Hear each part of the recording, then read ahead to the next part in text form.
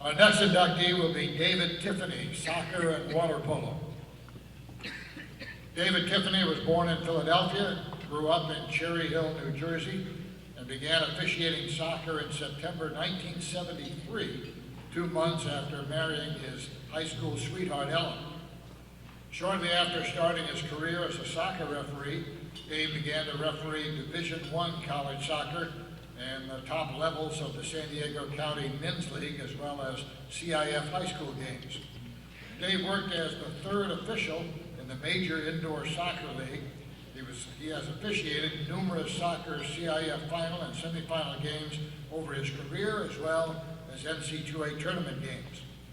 Before he retired as a soccer referee, he worked the prestigious surf, summer, and Thanksgiving tournaments. He began to volunteer as a Little League umpire in the 1980s, and he was a member of the San Diego County Umpires Association and Pacific Umpires Association. In 2001, Dave started officiating water polo.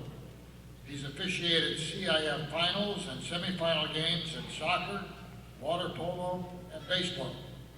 He's officiated college, club, junior college, and varsity tournament water polo games. Dave has served on the board of directors for the San Diego County Soccer Referees Association, the San Diego County Water Polo Officials Association, and Pacific Umpires Association, including 3 terms as the president of the Water Polo Officials Association, 2 terms as vice president of Pacific Umpires Association, and as chair of Pacific's Umpire Development and Training. Dave helped incorporate several public schools, nonprofit fundraising organizations, and served as president of Navajo Community Planners. Please welcome David Tiffany.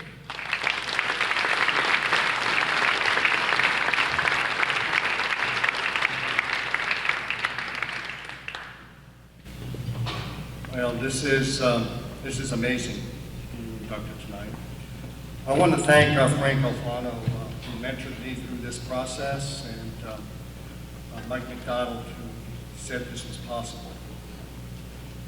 I've had the privilege of working with both Frank and Mike as an instructor and umpire, and they are both amazing individuals. In July of 1973, I married my high school sweetheart, Ellen. I started law school in September of that year, and we've been married ever since, and I've been officiating ever since.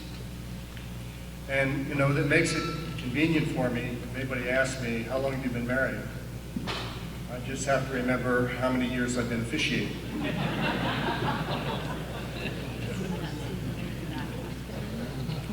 I also want to thank my family, my children, for their support. You know, it takes time away from your family when you do this. And although I coached all my kids, I also had a lot of time as an official away from home. My oldest, James, is a high school teacher in Seattle, has 2 wonderful children, 2 grandchildren. My youngest son is a deputy sheriff in Portland, and he has 3 wonderful children, my grandchildren as well. And finally, my daughter, who was an All-American water polo player, is a lieutenant commander in the United States Coast Guard. Yeah. So I'm really proud of all my children. Yeah. And you know, when you referee or umpire and you go to watch your children's games, everybody knows that you do that. And occasionally you get called out in the stands because somebody didn't show up. And I remember one time when my daughter was playing softball, this happened. And there was a play at second. And I called her out. And she said, "Dad, I'm safe."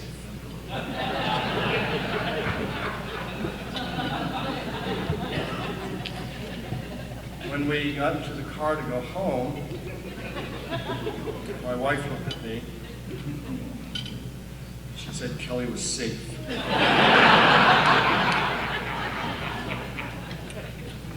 So now we're driving home, and I asked my wife, what were we having for dinner?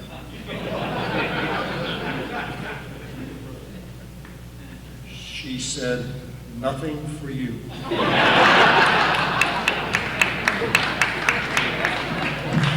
And as a matter of fact, I made myself a peanut butter and jelly sandwich. So when people ask you why do you officiate, it's not just the challenge of officiating that really attracts me to it. It's the humor that comes out of the game. And if you get together any officials, you'll always hear them trading stories that are funny. And I want to share a few of them with you. One of my favorite all-time coaches was Gene Wilrich, played for the San Diego Sockers. And Gene, with his thick German accent, when he didn't like one of your calls, would yell, "That's unbelievable." And when I'd officiate his games, if he didn't say it once or twice, I kind of felt bad. But I remember one game he was coaching a Scripps High School girls team. And his players were putting through balls up past the defenders, and his offensive players were running to try to catch up to the ball. And Gene is running down the sideline yelling, "Run faster, run faster." And every single time, and it must have been 6 or 7 times, the ball rolled all the way to the goalkeeper. So finally, I ran by the sideline and I looked at him and I said, "Gene, don't you know you can't coach speed?" And Gene looked at me with all sincerity and said, "But Dave, I want them to run faster." I was out doing a game at San Diego State, a women's game, and there was a pass down the sideline. And it went and it curved out of bounds and then went down the line, and I was the linesman, and I raised my flag. And I'm standing at the bench with my flag up, and the referee didn't notice it as he's going down the field of play. And the coach is right there, Chucky Clay. Now, Chuck and I had a long history together. I probably threw him out about 3 or 4 games. And the play was going on, and it was really good offense. And I turned to the coach, I had my flag up, and I said, "I think you're going to score a goal." And he looked at me, he gave me this look, and it was pass, beautiful curving shot up in the middle of the corner of the goal. It was a goal. And I had my flag up. And everybody's cheering, and I looked at the coach, and I said, "Well, I was right."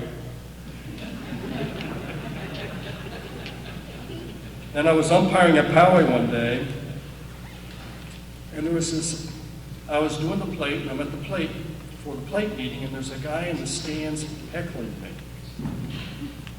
And finally he yells at me, he says, "What's a water polo referee doing umpiring?"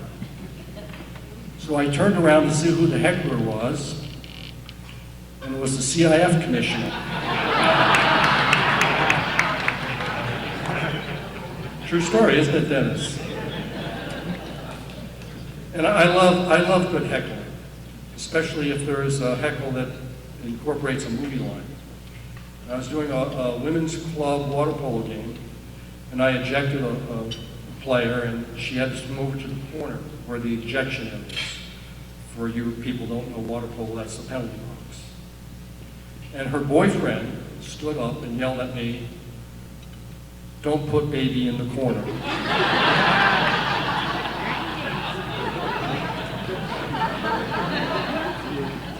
I hear they're remaking that movie. And I was out at USD for a game, a women's game, and they were nationally ranked, and they were playing another nationally ranked game, and I had the line again, and I was up where the stands are, and it was a huge crowd. And one of the fraternity guys stood up and yelled down at me, "We're going to heckle you all night. You better be ready for it." So I turned around and I looked at him and I said, "You can heckle me all night. Just make it funny." So about 2 minutes into the game, this guy stands up, says something that he thought was funny. It wasn't. And the crowd turned on him. A couple minutes later, somebody else tried it, same result. Now, I have to say for the rest of the game, that the heckling of the girls on the other team was brutal. And I don't know if this makes me a bad person. I was just glad it wasn't me. Finally, my favorite story deals with my daughter. My daughter took a job umpiring at Navajo Community Bobby Sox. Now, I don't know if you've ever been to a girls' Bobby Sox league that's volunteer coaches, but they're all ex-linebackers that played for Notre Dame, and they have 3 daughters and no sons. And she was worried that, these guys are going to come out and argue, and she didn't want to have the arguments. What should she do? Do I have any advice? And I said, yes. The first dad that comes out, throw him out of the game. She said, yeah, I have to throw him out of the game.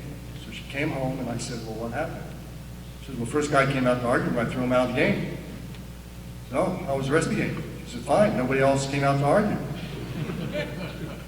Well, later on in the season, after having no arguments, she came home one day and she said, I heard the moms talking.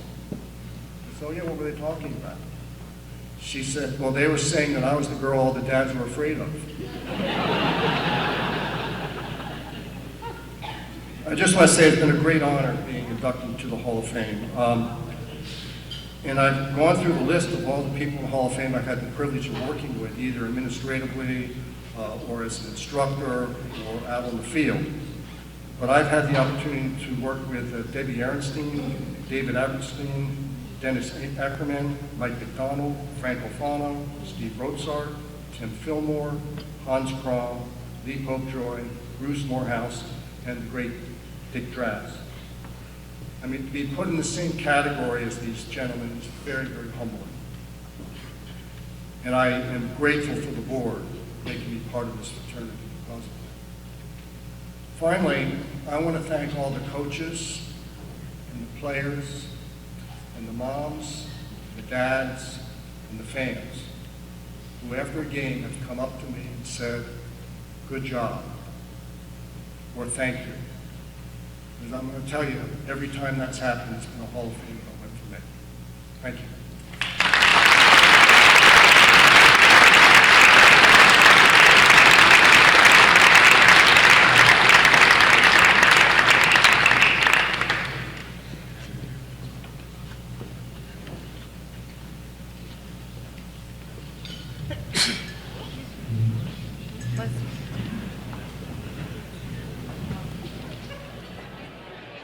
When I found out I was going to be inducted in the HOC, it was very, very humbling. And I think the reason it was so humbling is because I know a lot of the people who have been inducted. I've worked with them over the years. I've attended a lot of the different banquets. And it's really, really quite an honor to honor somebody for putting in all the time and effort you do to be an official over many, many years period of time. So I think that's how I feel. Humble is the best way to describe it. I felt like, really? Me? Because I know the resumes of the people who have been inducted in the Hall of Fame, and they're all very impressive. So I think that was my match. I remember one water polo match. It's a pretty funny story. It's not in my speech, but I was working with a guy at a pool that had a cutout. And as he was walking down the deck, he wasn't paying attention and he walked into the cutout, into the pool, and went down to about his head level. Now the impressive thing was he stood up and made a call while he was in the pool, and then got up and went and walked down the pool again and continued officiating. So that's kind of a funny event that I saw. And then I saw there was one game I did as a soccer official that was really pretty profound. The team that was playing was at USD. The USD women's team was ranked. This team was ranked number 1 in the country. It was the University of Portland. They won the national championship that year. And their coach was a famous coach, and he was dying of cancer. And you could tell, being on the sidelines, that girls that played for him really loved this guy. And I vividly recall halftime. Because normally at halftime, everybody gets together and the coach goes through a whole bunch of stuff with the team. Well, with this team, 13 or 15 minutes at halftime, the team got together without the coach. And they discussed things, and then he went over and he had made 2 points to them. You need to do this, you need to do that, and that was it. And then they went out and they made all the adjustments and really played well and won the game. It was a very good game. So when you officiate, the thing that a lot of people don't realize is you get front row seats to kind of special moments like that. And so that was a moment that I remember from my officiating. And then, the funny things that happen, the humorous things. I stole a line from a baseball umpire in a water polo game where some coach got really mad at my partner and bounced the ball so it went way high in the air. And I yelled at him, "Coach, if that ball comes down, you're getting a red card." And just things like that happen in the sport. So those are the kind of moments I remember.